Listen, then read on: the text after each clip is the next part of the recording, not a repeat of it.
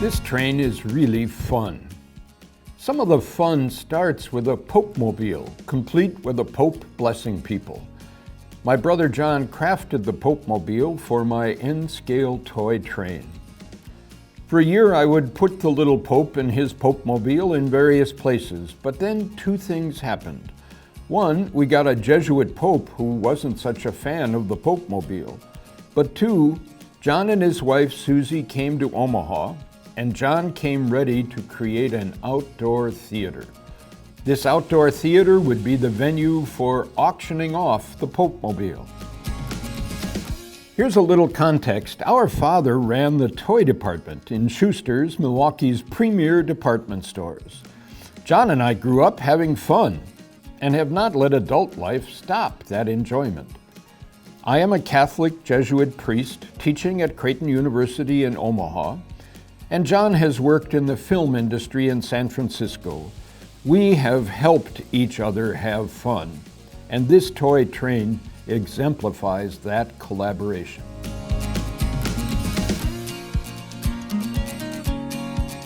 I started the train in 2006 when I returned to Creighton, where I had taught earlier, after heading a Jesuit seminary in Berkeley, California. I had started, with John's help and encouragement each time, smaller layouts in Berkeley and in Milwaukee, where I had also been a Jesuit superior. Train work has always been a pleasant complement to my priest and superior's more serious work with people. John has been a skilled maker all his life and was eager to share his skills, especially if it meant some fun for us. So John and Susie arrived, and we determined a space for the drive-in. John was ready with neon signs, a stage with a priest auctioneer, and plenty of cars with operating headlights and taillights. I was able to contribute some monks who are holding a prayer service behind the stage, and some jailbirds who we cannot decide are either breaking into the theater or breaking out. The fun keeps going. At the entrance, drive-in workers are busting a group trying the age-old trick of having adults in the front seat, but many children hidden in the trunk. This car will have to pay for all its occupants. From another car, hidden behind the drive-in sign, people think they are creative in stuffing people into the trunk. They will be the next bust.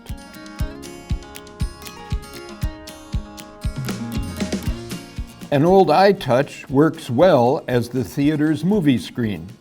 Theatergoers now have their choice of Gone with the Wind or Maltese Falcon. This layout started as a 10 by 5 foot board with 4 train lines, including 2 light rail or streetcar lines.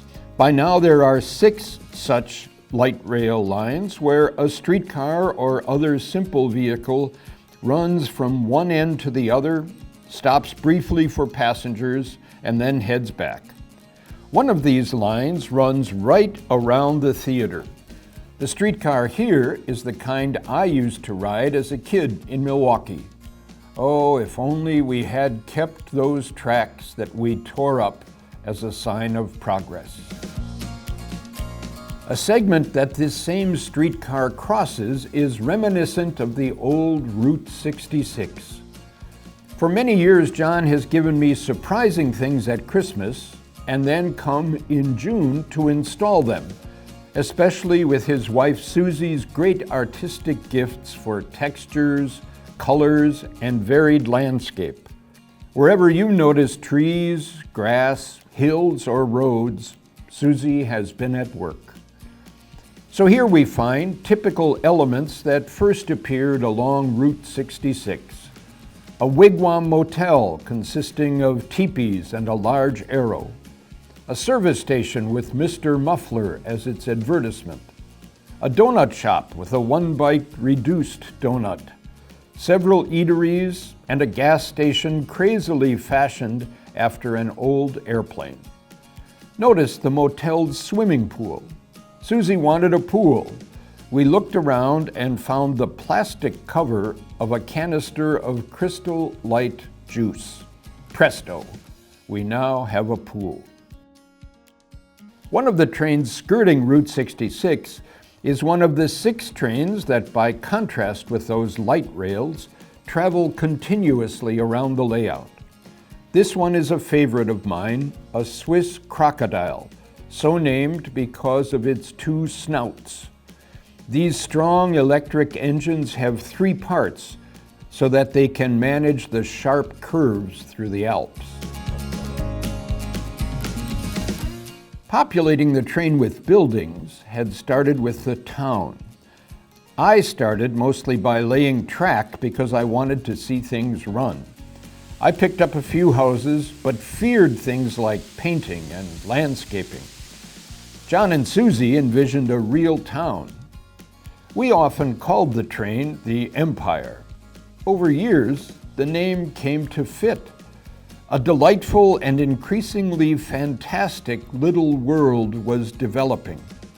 An early effort at a burning house is not totally convincing, I will admit.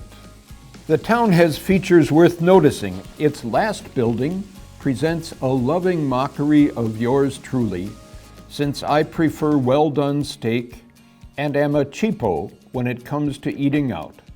So here we see Greg's End Cut Cafe featuring zero moo and ridiculously low prices.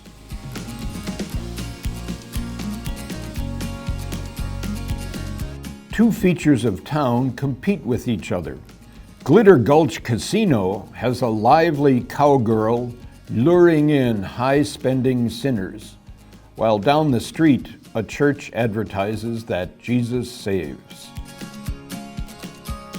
Circling the town at an elevation is another classic engine, Santa Fe's famous war bonnet diesel. Like so many other kids, I wanted a Santa Fe war bonnet diesel. I may have been lucky to have instead a smaller Union Pacific engine, which allowed for more to happen on my childhood layout. That layout gave me experience and comfort in dealing with electricity. There are now something like 20 transformers working together on this little empire. Glitter Gulch does not have a monopoly on sin in this layout. A little distance from the city is, quote, the other side of the tracks, unquote, marked by an ad for a brewery, a liquor store, a sleazy gentleman's place known as the Paradise Club, and a rave that plays throbbing music. We had to do careful shopping for a speaker that would fit into the barn-like building housing this rave. An early Nano supplies the throbbing music. People seem to be having a great time here on the other side of the tracks. There is also family fun nearby. Families can hike up into the mountains for picnics. On their way, Smokey the Bear urges them to avoid forest fires. Whether they head into the mountains for fun or into sleazy clubs, people keep clear of a nearby property, the town's haunted house, complete with cemetery, dead trees, and a smoking swamp. Not far from the haunted house, a little German streetcar is operating, typical of World War II and the years thereafter. The streetcar line near my room when I studied in Heidelberg in the late 60s was still operating them. Germans call this a Klapperkasten, roughly translated as Jalopy. I added the light rail serving the other side of the tracks as perhaps the 11th train of the 12 active routes on the layout. When I saw open space, I dreamed of another operating line. Through several extensions, this line came to circle almost the whole layout. Running on it now is a favorite vehicle, a Red Arrow, which I first saw in a museum in Lucerne.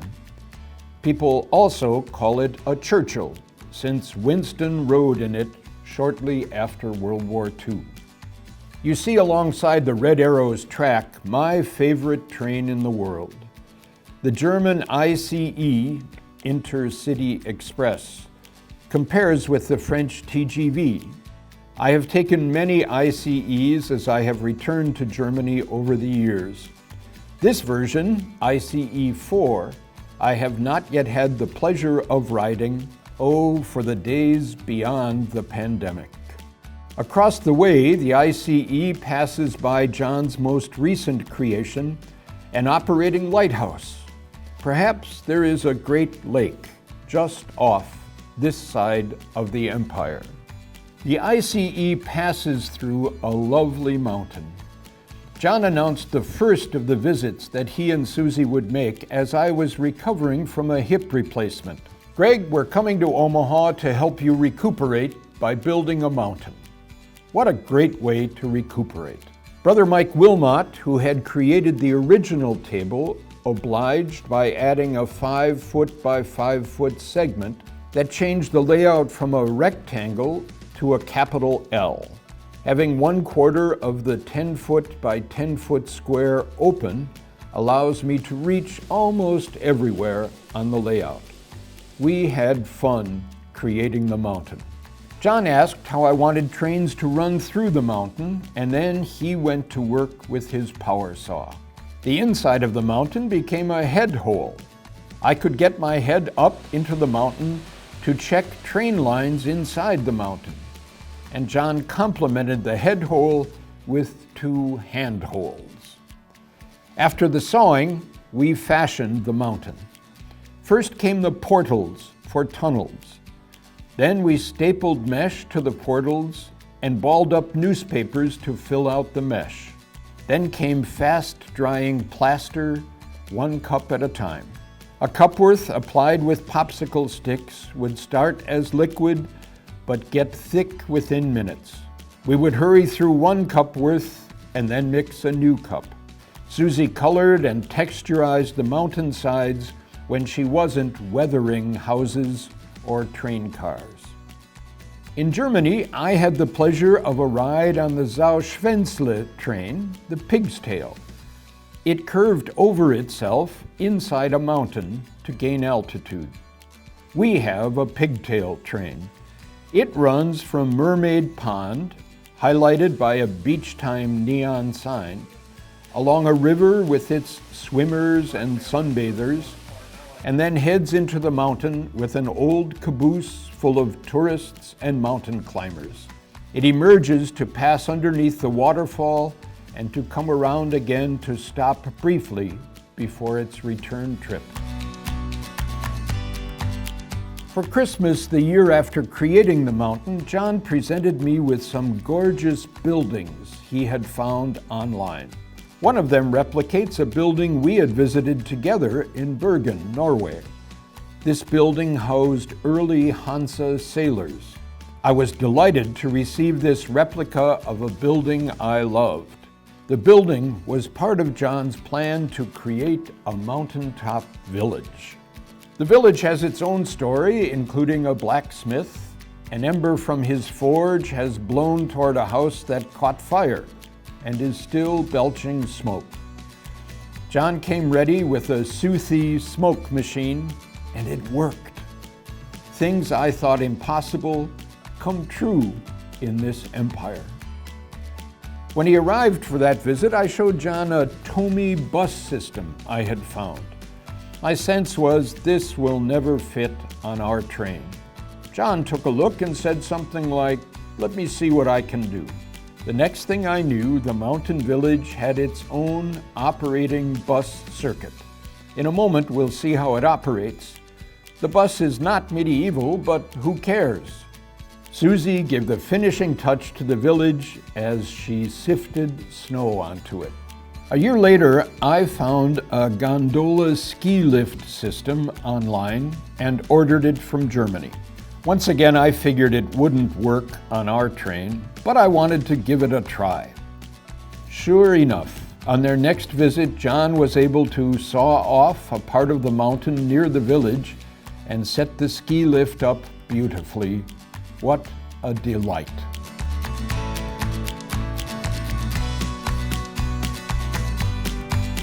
One train running under the ski lift is the Glacier Express, one of Switzerland's most beautiful trains and train routes. It enters the mountain twice and comes out to take a sharp turn. I thought I had scheduled a ride on this famous once-a-day Glacier Express, but as I was heading into Lucerne to catch it, I watched it whiz by in the opposite direction. I was confirmed on the right route, but the wrong train. Yes, I dream of getting back to ride the train itself. The Glacier Express passes a small late addition to the layout.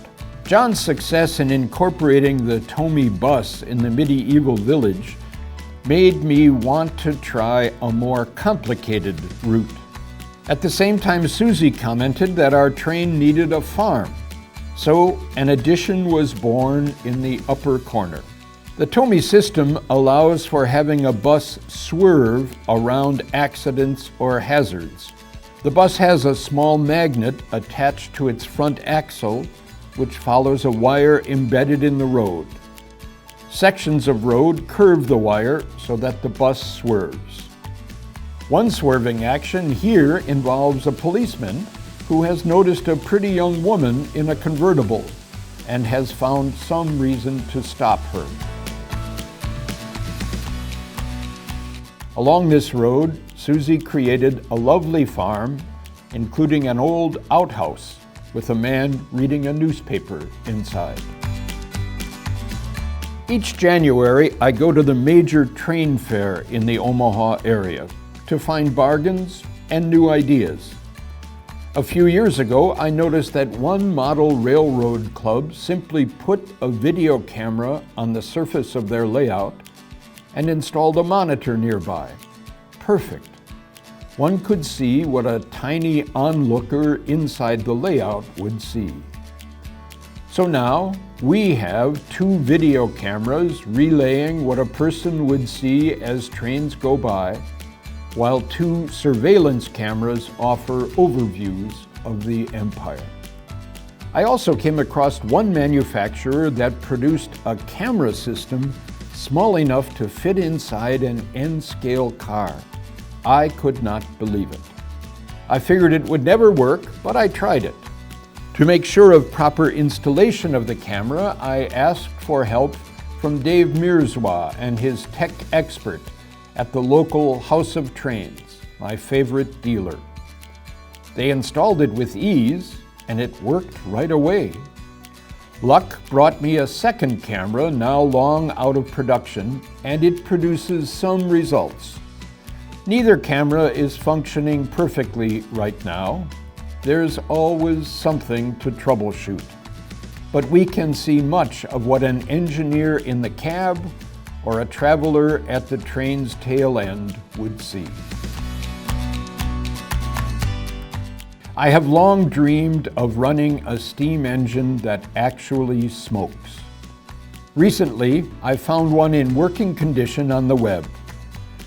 Old steam engines like this need water, and the last few years have brought a new accessory to N-scale railroading, a water tower for steam engines with an operating spout and even the operating sounds of the spout.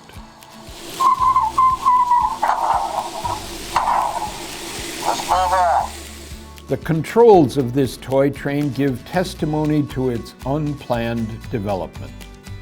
As the train grew, the transformers, switch track controls, lighting toggles all found a place, some of them spilling over onto the table's understructure and sawhorses. Mention of the controls for lights leads me to show what this world looks like at night.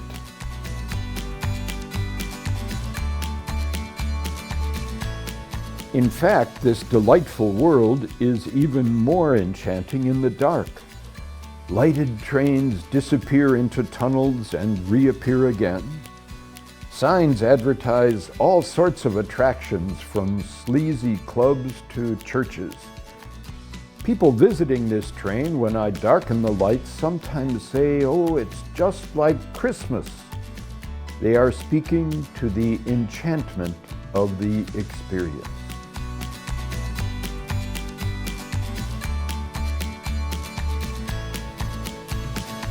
John and I first noticed electric signs remarkably reproducing neon at a model railroad club in California. We have become regular customers of Miller Engineering as they produce these delightful signs that are scattered now around this little world. A sound system offers, among other things, some good diesel and steam engine horns. Sometimes people want to see the wiring involved in a complex toy train like this. My grandfather and two uncles, all electricians, would be sick to see what is under this table. I've operated with the philosophy, consistent with the train's purpose of having fun, that I want to get things working and then enjoy them. What started with a lot of track and a Popemobile has become a fascinating empire all its own.